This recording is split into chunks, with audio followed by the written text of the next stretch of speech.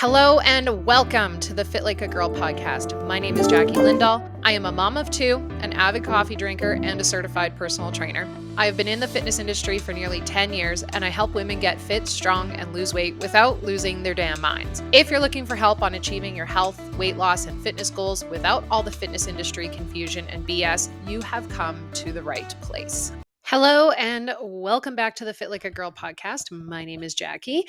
And it's as usual, it's been a minute since I've been on the podcast. Honestly, this summer, I feel like a lot of people say that, but this summer's gone by so fast and there's been a lot going on this summer that I unintentionally didn't get in as many podcasts as usual, or as I wanted to, I should say. And not only that, I have been having trouble with the platform that I use to record my podcasts on. This is honestly my third attempt in recording a podcast, and I'm really hoping that this one goes through. So if you actually hear it, just so you know, this is my third attempt at this one because I don't know what's been going on with the platform, but it hasn't been like saving my videos and it's been losing them and everything. And it's been annoying to say the least bit. But anyways, yeah, it's been a hectic summer, as I feel like a lot of people would empathize with, just with family stuff and then trying to get like work done here. Like we have a bunch of projects on our property and then some of them unexpectedly popped up. And then I was having, both of my horses kind of went through some vet things that I won't really bore you with the details. But anyways, that was pretty stressful. And then obviously trying to have fun in the summertime because summer is very, very short here, and trying to have fun with my girls and go and do things. Anyways, it's just been a lot. So here we are, middle of August, finally putting out a podcast, hopefully end of August. So in today's podcast, I wanted to discuss some fitness truths that the internet loves to get mad about. There's certain things that, even though they're facts and it's the truth, people love to get upset about on the internet. So I'm calling this one fitness facts that people get mad about, but facts don't care about your feelings. Because there are, like I said, there's a bunch of things out there on the internet that unfortunately they are the truth, and there's data and reasoning behind these things. And people love to just get mad about them, or they love to argue about them on the internet. But unfortunately, these are some things that they just are the way that they are. So I have a little list here that I wanted to get into, fitness facts that don't care about your feelings, we'll call it. So starting with number one, you are not addicted to sugar.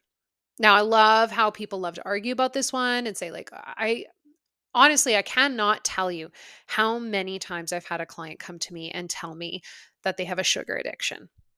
And then when I dig further into this sugar addiction that they're speaking of, what they're talking about are foods such as cakes, cookies, donuts, those types of higher carbohydrate foods. Now, the one thing that people don't really remember when it comes to these higher carbohydrate foods is it's not just the sugar. It is a delicate balance of sugar and fat. Think about how you make cookies. Think about how you make a cake. Think about how donuts are made, how pizza is made. It is a delicate balance of some form of sugar or carbohydrate with fat. What are the first two ingredients in chocolate chip cookies? Butter and sugar. And you mix them together and it tastes unbelievable. So these higher carbohydrate foods, such as donuts, cakes, chocolates, etc., are a balance of sugar and fat. And it makes them very, very, very fucking tasty and hard to say no to. Oftentimes, people will say, well, I crave sugar. Okay, well, what are you craving? You're craving donuts, chocolate chip, chocolate cookies, those kinds of higher sugar foods. Yes, but they're also higher fat. They are very tasty and they're hard to say no to. Welcome to the fucking club. I also crave donuts and chocolate chip cookies and cakes and those kinds of things because those foods are really tasty. Now, what grinds my gears about this is people literally saying things like sugar is just as addicting as cocaine. What annoys me about this is it diminishes real drug addiction, real life destroying, relationship destroying, health destroying addiction with drugs or alcohol or other substances. And it diminishes that. And it makes it like people are trying to say like their love for chocolate chip cookies is the same as somebody's addiction to a harmful substance such as cocaine. And to me, that is so insulting to addicts and recovering addicts because clearly you just don't understand then what that type of addiction actually is. So it's oftentimes it's people getting this idea in their head that if they crave a fucking chocolate chip cookie, they're addicted to it. It's like, well, no, you just crave it. It's good. It's oftentimes those foods are seen as a comfort food. You associate I'm emotional to having those types of foods because those are the types of foods that make us feel good inside.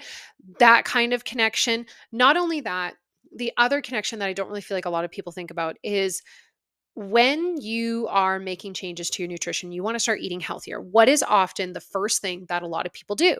They start to cut out those foods. They cut out the higher sugar foods, pop, chocolate, cookies, cakes, donuts, etc., because they're quote unquote unhealthy and high sugar. So they'll often cut out those types of foods, which often inevitably, because they're restricting those foods so much, it makes them crave it more. And then they think that something's wrong because they're craving those types of foods.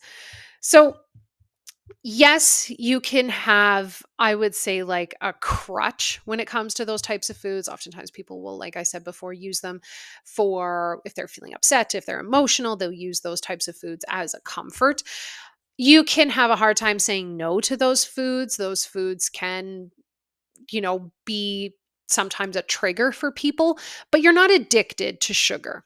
It's not an addiction. And please stop saying that because the other thing that you need to think about here is your words matter. If you're saying I'm addicted to something or I'm addicted to sugar, you're making it seem as though you're powerless against it, which isn't true because it's not on the same level as an actual addictive substance such as cocaine. So when you're saying things like I'm addicted to sugar, it's just as addicting as cocaine, etc., you're literally speaking that to yourself and you're going to start to believe it essentially when it's not true. Number 2, cortisol is not the reason that you've gained weight. Now, I know all of the Betty Booty bands on Instagram are telling you that their hormone balancing program is going to help balance your hormones, lower your cortisol, and make you lose belly fat. I know they are. I know. But here is the thing. They're full of shit. They're completely full of shit and they don't know what they're talking about. So let's talk about cortisol in and of itself. I did do a podcast not that long ago with Dr. Carl Nadolsky, who is an endocrinologist. So literally studies hormones. And we talked quite a bit about cortisol. So I may link that one in the show notes because he really talked about a lot of really valuable insights when it comes to cortisol and the actual what cortisol actually does in the body and the issues that can come up with that. But the kind of Cole's Notes version, cortisol is a hormone in your body. It's often attributed as the stress hormone. And people who have higher stress levels, generally their cortisol levels are more elevated than other people who maybe don't have as high of stress levels. So yes, cortisol is attributed to stress, but it also has a bunch of other functions in the body other than just being related to stress. Cortisol is also a hormone that helps control water weight in the body. What can happen for somebody who has higher cortisol levels is it can artificially inflate the scale or make you feel like you've gained weight because it can make you retain more water and make you feel bloated, make your pants fit tight, make the scale go up, those kinds of things, which is how you feel like maybe you have gained weight because you're stressed. The other thing that we really need to think about is higher stress also does a lot of things psychologically on the body, which can affect our weight loss goals. Sorry. So if you are somebody with higher cortisol levels because you're really stressed, you might not be sleeping well. You might not have energy or the time or the capacity to want to exercise. You may not have the energy or the time or the capacity to want to eat well. Some people, when they are stressed, as I mentioned before, they emotionally eat. Some people, when they're stressed, they don't eat. And all of those things can affect your behaviors, what you want to eat, your activity levels, and all of those things combined together can affect whether or not you gain and or lose weight. So this is how people who maybe go through a really stressful period of time in their lives, they may gain weight because of they're not sleeping well, they don't have the capacity to be able to exercise or to want to eat well, and because they're emotional, because they're upset, they're sleep deprived, they're stressed, they want to eat more. And that's how they may gain weight. Now, it's not that it makes you a bad person or anything like that, just different people react to stress differently. There's other people where their reaction to stress is they want to go work out to distract themselves, or they don't eat because they're stressed. I'm one of those people that when I am very stressed, my appetite gone. My appetite is gone. And other people are the exact opposite. So, cortisol and stress can affect certain things in your life, which can make you gain weight. But a high cortisol level in and of itself does not equate to gaining weight. It can affect a bunch of different things, and it is definitely a factor. It's not that it's not important, because number one, you need cortisol. Cortisol is an important hormone in your body. If you don't have cortisol, you'll die. You need cortisol in your body, but some people, just like other hormones, they have too much or they have too little. And you want to have Goldilocks just right. So it's not the reason in and of itself that you've gained weight, but it can affect a lot of lifestyle factors if you are chronically stressed.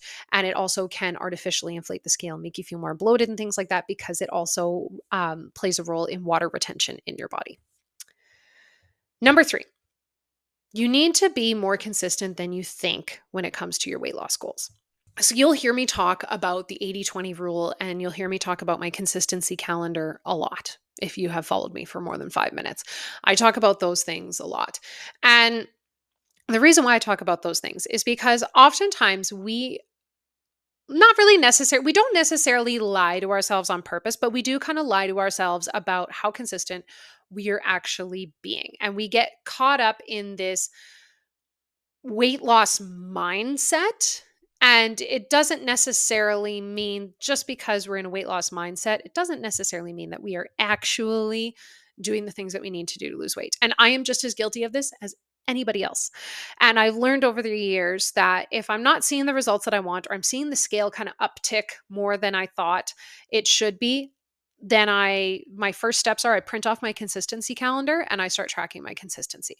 And then usually after about 2 or 3 weeks of tracking, I realize, oh, I actually haven't been as consistent as I thought I was. And I do this all the time with clients. If I have somebody who is swearing up and down they're doing everything right, they're like, I'm 80% consistent, I'm 80% consistent. And then I ask them, have you been tracking your consistency? And they say no. First thing I say is, Kate, you're going to print off the consistency calendar and you're going to track your consistency and be honest with yourself. And usually after about a week or two, they'll message me and say, oh, I guess I haven't been as consistent as I thought I was. And so hitting that true 80% consistency requires more rigidity than you think. Now, it doesn't mean that you have to be perfect. Of course, we're aiming for 80% here. We're not aiming for perfect, but it is more than you think. A lot of people, when they think they're being 80% consistent, maybe they're 60 to 70% consistent. So that's just something to keep in mind, that especially when it comes to a weight loss goal, generally speaking, you have to be more on track than you think you do. And yes, there is still room for flexibility. Yes, the 80-20 rule still works, but 80% is still very, very high consistency. So out of 30 days, to hit 80%, you have to be about hitting your goals about 25 out of those 30 days, which is a lot. It's not 100% perfection, because we don't want that, but it is a lot of days. So if you are finding that you are in that mindset where you are you're like, I'm being so consistent, and my goals aren't happening the way they thought, just check your consistency for a few weeks and just see where you're at. And the data doesn't lie. Number 4, calorie tracking is not inherently bad. So calorie tracking or macro tracking, calorie counting, all the above, has been really demonized over the past few years as it's obsessive. It means that you have an eating disorder, and it's not necessarily true. There are nuances to this, just like many other things. So calorie tracking in and of itself is not a bad thing. I think of calorie tracking or macro tracking or calorie counting as similar to tracking my finances. If I'm a person, and I'm a person who does track her finances. Like I track everything that we spend because I'm that kind of person. But if I find that I am having not enough money at the end of my month, or, like, oh my gosh, where are we spending all of our money? What's going on? Why aren't we sticking to our budget that I want? Then you go and you track your finances and you just see, what have you been spending your money on? Where is it going? Are you ordering skip the dishes 4 nights a week and not really paying attention to it? Are you buying things off of Amazon that you don't really need, and that's why your credit card bill is racked up? These kinds of things can give you an insight as to what's going on with your finances. I attribute calorie tracking, macro tracking, or calorie counting as the exact same thing, just like checking a budget. If you are trying to work on a weight loss goal and you are not seeing the results that you want, but you haven't been tracking or monitoring your calorie intake, that's a great place to start. Now, the other thing that people will talk about on the internet is calorie tracking isn't supposed to be forever. And that I agree with. It's not supposed to be forever. It's a tool that can be used to help you learn what calories are in what foods, portion sizes, and things like that. So, no, you don't have to track for forever. I tracked for a number of years on and off to the point where I have a pretty good ability to guesstimate foods. But even now and then, when I find myself not really seeing the results that I want, I'll start tracking my consistency, and then I start tracking my calories just for a couple weeks, and it gets me right back on track. That's it. Now, on the other hand, calorie tracking isn't for everybody. There are people out there that they should not calorie track or calorie count. People who struggle with their relationship with food, people who have struggled with eating disorders, those kinds of things, people who've maybe tracked in the past and it led down a very obsessive, slippery slope. There are people that should not calorie track. And I take that approach very seriously with my clients, where I have some clients who track their calories, track their macros, and it really helps keep them in check, keeps them in track for their goals. And there's other clients that that's just not the good approach for them. And instead, we focus more so on habits, things that we need to add in, and stuff like that. And they don't have to calorie track or count. So it's not that it's inherently bad, but at the same time, it's not for everybody. Both things can be true at the same time. It just matters to the individual what their goals are and what's an appropriate approach for them. And just because it's not something that works for you doesn't mean that it can't be a helpful tool to help somebody else. Similar to intermittent fasting. It can be a helpful tool for some people and not a helpful tool for other people. Both things can be true at the same time. Number 5, intuitive eating is a learned behavior. So, this has come up a lot where people will talk about you shouldn't calorie track or macro track. You should just learn to eat intuitively. And I agree, but the key here is learn. A lot of people who will talk about, I eat intuitively, I'm an intuitive eater, they have gone through a learning process on how to do that for themselves. Some form of a learning process. Most people don't come out of the womb and grow up and know how to eat intuitively. Unfortunately, especially in North America, it's just, think about it, diet culture, what we were told growing up, all of these diets that have been thrown at us all our entire lives. We don't really know how to follow our intuition. How many women do you know have tried a dozen or more diets in their lifetime? And all of these kinds of things have skewed our idea of what eating intuitively is. And a lot of people will think that eating intuitively is just you eat whatever the fuck you want. And unfortunately, no, that's not really what intuitive eating is. Because I know for me, if I didn't go through a learning process of learning what healthy eating is, learning how to hit protein goals, find out what calorie goals work for me, tracking and those kinds of things, my intuition is that I can eat an extra large pizza to myself. Now, just because I can fit an extra large pizza in my body doesn't mean I should. And I know that now, but I can tell you how many extra large pizzas I have eaten in my lifetime before I actually learned that. So intuitive eating, I would consider an ultimate goal to reach to, but a lot of people need to learn how to get there because otherwise their intuition kind of leads them astray sometimes. So it's not that it's unattainable. There are people who are very good at regulating their portions and what they eat and don't really have that issue at all. And there are other people like me who need to go through a learning phase in learning how to eat intuitively. Now, I would say I'm pretty good at knowing how to eat intuitively. I know that when I start to feel like crap, it's usually because I've been eating like crap and I need to change that. I know that when I don't hit my protein goals, I don't feel as full. I know that when I don't hit my fiber goals, my stomach and my digestion is kind of off. And I know these things because I went through a learning period of measuring and hitting protein goals, of hitting fiber goals, of tracking calories and stuff, that I'm pretty good at regulating these things now. So it is a learned behavior for a lot of people. Yes, there are some people who can just naturally know how to eat intuitively for themselves, but it's not everybody. Again, two things can be true at the same time. There's nuances to these things. Number 6, and this one might be controversial. Calling yourself an all or nothing person doesn't mean shit. I did a post on Instagram recently about this, and is based off of every single client. And I have worked with like hundreds of people at this point over the past 8 years as a trainer. Every single person that I have come across has told me they are an all or nothing person. Every single one.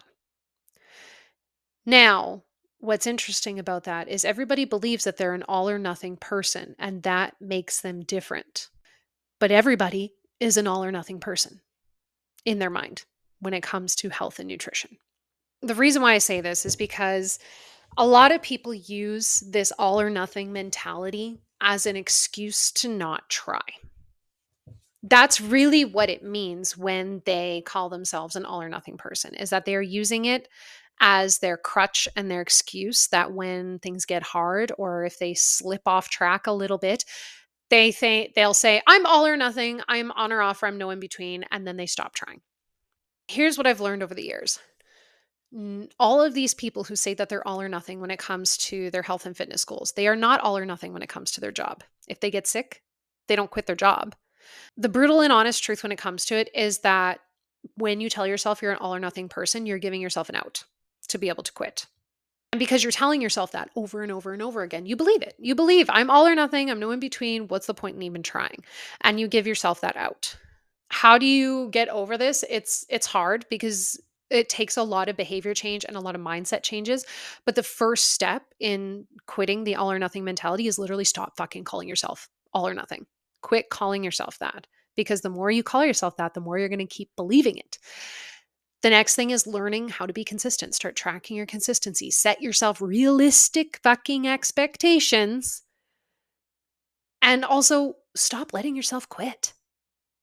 If you stop letting yourself quit every single time it gets hard, it literally takes away that all or nothing mindset, because you're not going to let yourself quit this time.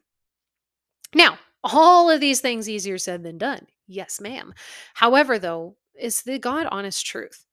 Like I said, I've worked with like hundreds of people at this point, and every single person has told me that they are an all or nothing person, which means that it's not the special unicorn that everybody feels like it is. There you go. Tough love over. You can leave a mean comment in the view section if you'd like, or message me on Instagram with your thoughts. Number 7, to make long-term permanent change, you need to make changes around your behaviors and mindset around food and exercise. So, what I mean by this, and I had a discussion with a client about this not that long ago, is if you legitimately want to see real permanent change, like you want to lose 20 pounds and you never want to gain it back and you never ever want to have to, go through the process of losing 20 pounds again, it might not be the most realistic goal ever. But what I'm trying to say is if you want to change your lifestyle, you need to focus on making permanent changes to your life. Now, I'm not saying that you need to become a completely different person and, you need to become this fitness obsessed person that maybe you're not right now. But what I mean is that there are permanent changes that need to happen in your life to make that lifestyle change permanent. So things like changing your mindset around exercise. So many people go into a weight loss phase with the mindset of, I'm just going to exercise as much as I can so I can lose weight. And that's it. That's their only fucking focus around exercise.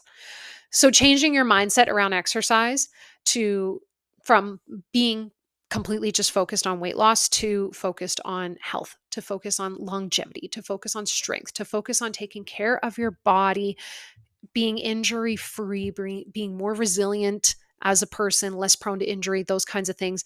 Those types of behavior changes and mindsets around exercise need to change. Same thing with food. Oftentimes people will just want to go to, I'm just going to eat really, really strict until I lose weight, and then I'll go back to doing what I was doing before. But we all know that doesn't fucking work.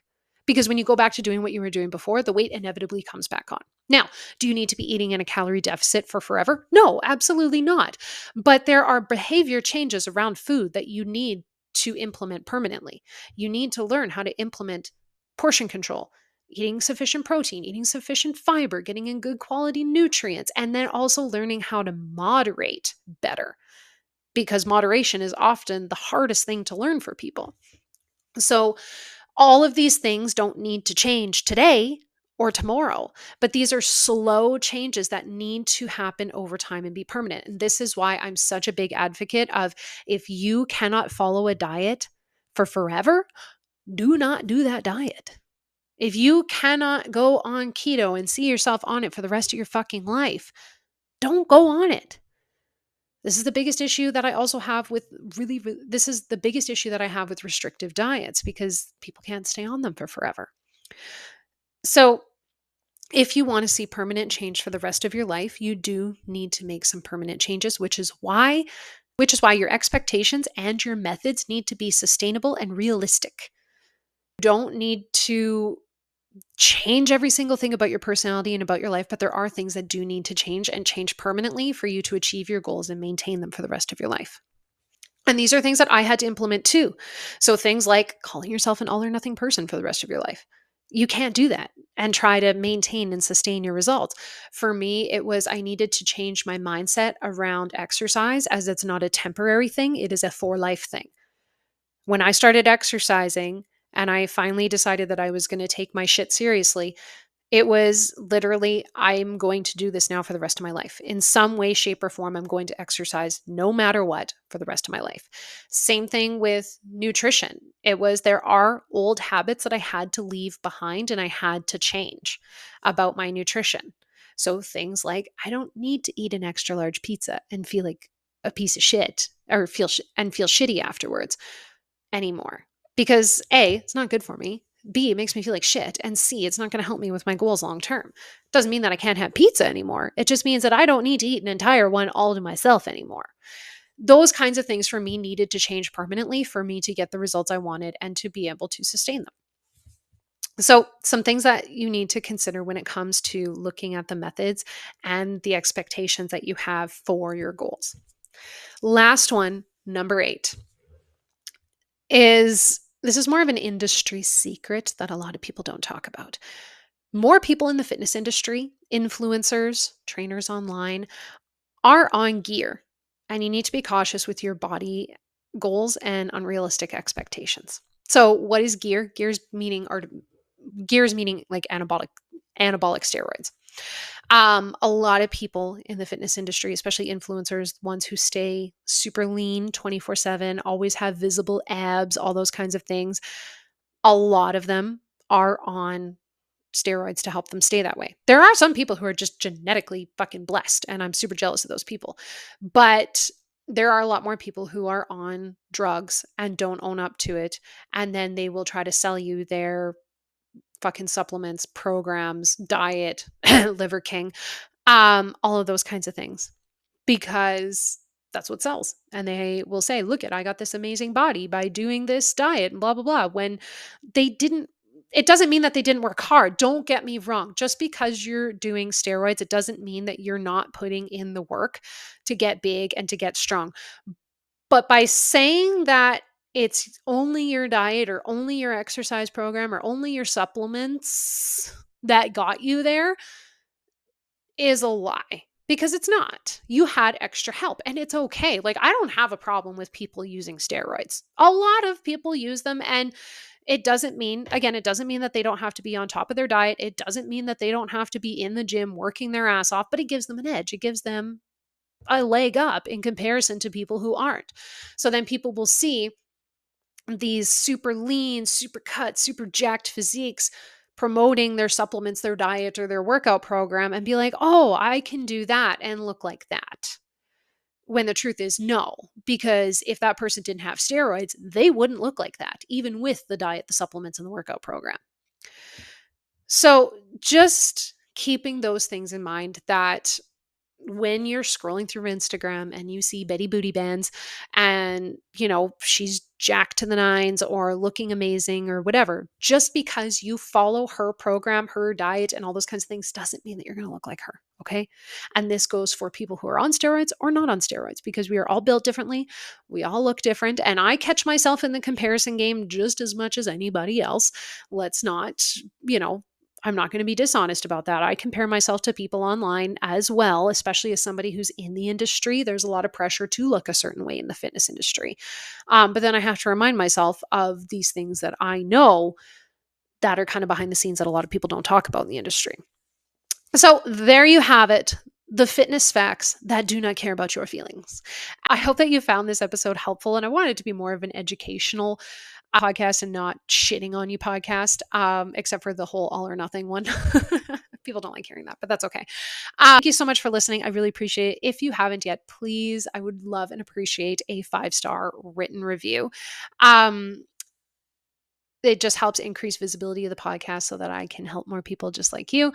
If you haven't already, also feel free to head over to Instagram and you can follow me on Instagram. I will leave the link in the show notes. If you have questions about my personal training programs or options, feel free to head to my website, www.fitlikeagirl.ca. I will also leave that in the show notes. Otherwise, thank you so much for listening. And I'm hoping to actually get this podcast here out in the world. Third time's a charm, right? Talk to you soon.